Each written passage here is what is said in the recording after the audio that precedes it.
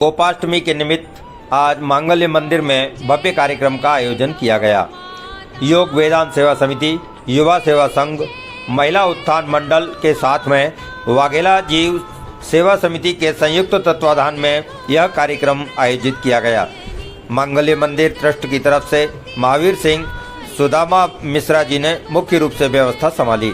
योग वेदांत सेवा समिति की तरफ से प्रेम प्रकाश बाथौ जी की, युवा सेवा संघ की ओर से राजू सालवी, दिनेश जी वाघेला मुख्य अतिथि के रूप में, महापौर जी प्रहलाद जी पटेल, भाजपा के जिला अध्यक्ष प्रदीप जी उपाध्याय, समाज सेवी प्रभु जी राठौड़, अनिल झालानी मुख्य रूप से पधारे। भागवत कथाकार चेतन जी शर्मा के द्वारा गौ कथा का आयोजन यहाँ पर किया गया। गाय माता को 56 भोग का प्रसाद खिलाया गया। सभी अतिथि व भक्तजनों के द्वारा गाय माता की भव्य दिव्य आरती की गई। सभी लोगों ने मिलकर गाय माता की सेवा और सुरक्षा के लिए यहाँ पर संकल्प भी लिया। मांगल्य मंदिर ट्रस्ट में लगभग 350 से अधिक गोवंश की सेवा की जाती है। रतलाम जिले की सबसे सर्वश्रेष्ठ गौशाला श्री कृष्ण कामधेनु गौशाला। वृंदावन विहारी लाल की जय। सभी भक्तों को गोपाष्टमी के पावन पर्व की हार्दिक शुभकामनाएं। आज गोपाष्टमी का विशेष पर्व है जिसकी अद्भुत महिमा शास्त्र में बताई है। श्री भागवत के अंतर्गत भी आया है। भगवान श्री गोपाल कृष्ण हमारे जब पहली बार गौ माता को वन में गौचारण के लिए लेके निकले थे, उस दिन गोपाष्टमी का ही पावन पर्व था। और इसी दिन से भगवान जो स्वयं गौ माता की सेवा के लिए अवतार लेके आए हैं। ये त्रेता युग से जो राम जी के मन में कुछ गौ सेवा बाकी रह गई थी, उसी को पूर्ण करने के लिए ठाकुर जी द्वापर युग में आए हैं। क्योंकि तुलसीदास जी ने लिखा है, गौ द्विज धेनु संत हितकारी, कृपा सिंधु मानस तनधारी। तो गोपाष्टमी का पावन पर्व और आज ही के दिन से हमारे ठाकुर जी ने गौचारण का ये कार्य प्रारंभ किया। इसलिए इसको गोपों की, भगवान कृष्ण की और गौ माता की विशेष सेवा पर्व पे की जाती है। इसलिए आप सभी सदा संकल्प लें, सदा गौ जो विश्व की माता है उनकी सेवा करें और सदा सदा ठाकुर जी की कृपा को प्राप्त करते रहें। जय गौ माता, जय गोपाल,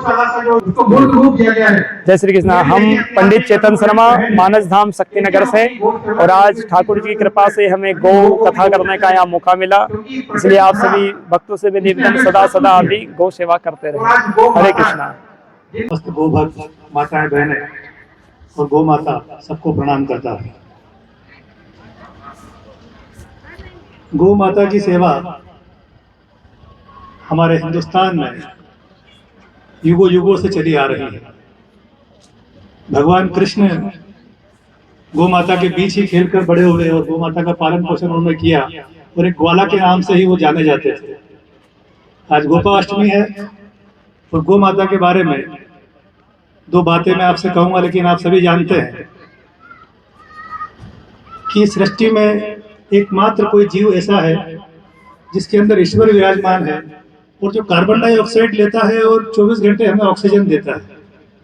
एकमात्र जीव इस धरती पर जो गौ माता ही है जो ऑक्सीजन लेती है और ऑक्सीजन छोड़ती है। बाकी सृष्टि के सारे जीव ऑक्सीजन लेते हैं और कार्बन डाइऑक्साइड छोड़ते हैं।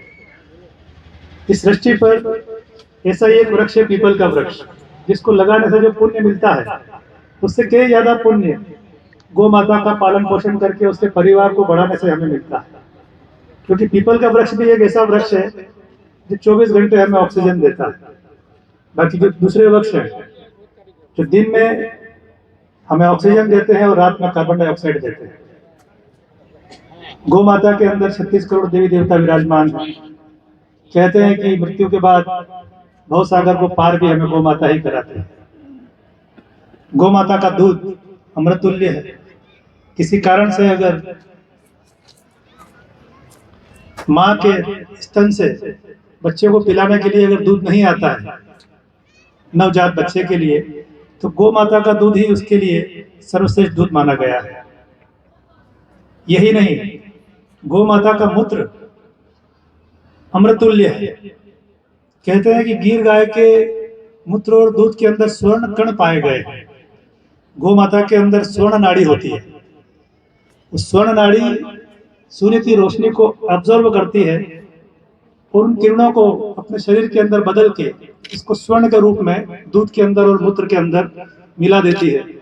तो मूत्र के अंदर भी स्वर्ण कण आते हैं और दूध के अंदर भी स्वर्ण कण आते हैं, इसलिए गौ माता का दूध जो देशी गाय होती है वो पीला होता है।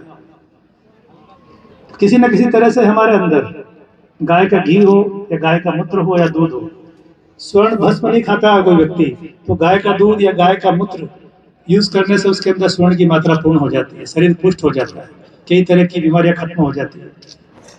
मांगल्य मंदिर में गौ अर्क बनाया जाता है और गौ के मूत्र से फिनाइल बनाया जा रहा है जो हम घर में पोछा लगाते हैं। गाय के गोबर से मूर्तियां बनाई जा रही है। कहते हैं कि आजकल जो मोबाइल का वाइब्रेशन है, जो रेडिएशन है, अगर हमारे घर के अंदर गौ माता की गोबर से बनी हुई कोई मूर्ति दीवार पर लगी हुई है तो उस रेडिएशन को सोख लेती है। तो हर घर में गौ माता के गोबर से बनी हुई भगवान कृष्ण की मूर्ति, माँ कालिका की मूर्ति लगाना अनिवार्य रूप से जरूरी है, क्योंकि आजकल रेडिएशन बहुत ज्यादा है जिससे कैंसर हो रहा है। बच्चे भी नहीं मानते हैं, मोबाइल तो इस युग की जरूरत हो गई है। तो बचा कैसे जाए? गौ माता का पालन पोषण कीजिए, गौ माता के बने हुए उत्पाद का यूज कीजिए, घर में गौ माता के बने हुए फिनाइल का यूज कीजिए, गौ माता के घी का यूज कीजिए। कुल मिला के अगर आप गौ माता का पालन पोषण नहीं कर सकते तो जो लोग पाल रहे हैं उनका आप सहयोग कीजिए, वो भी आपके लिए पुण्य का कार्य होगा। आपने बुलाया, सम्मान दिया, इसलिए आपका बहुत बहुत धन्यवाद। जय हिंद, जय भारत, भारत माता की।